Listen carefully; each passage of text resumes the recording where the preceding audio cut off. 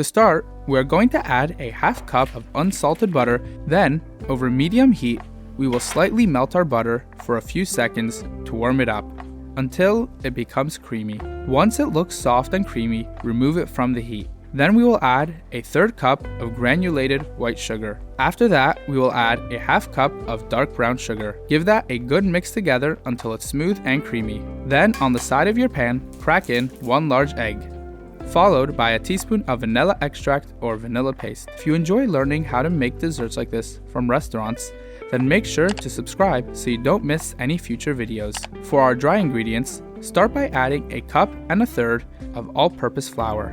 After that, add a pinch of salt and a half teaspoon or 3 grams of baking soda.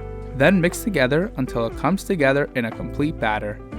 Then add a half cup of chocolate chips. But honestly, just add as much as you want, and then mix together. And finally, add a couple more on the top. We'll then bake it at 350 degrees for 20 minutes or until slightly golden. If you want a very soft cookie, bake for a few less minutes.